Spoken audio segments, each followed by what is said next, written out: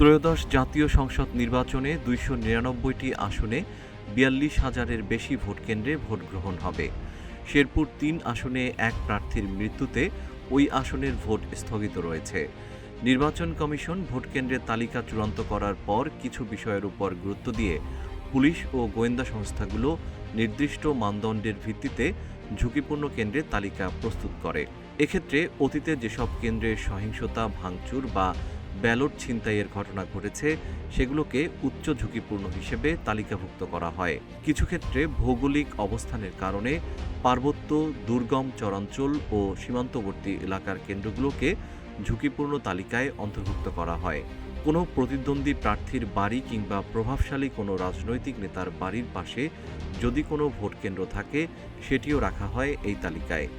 ভঙ্গুর যাতায়াত ব্যবস্থা বা সহিংসতা ঘটলে সেখানে আইনশৃঙ্খলা বাহিনী দ্রুত পৌঁছাতে পারে না, এমন কেন্দ্রগুলোকে ঝুঁকিপূর্ণ কেন্দ্র হিসেবে তালিকাভুক্ত করা হয়।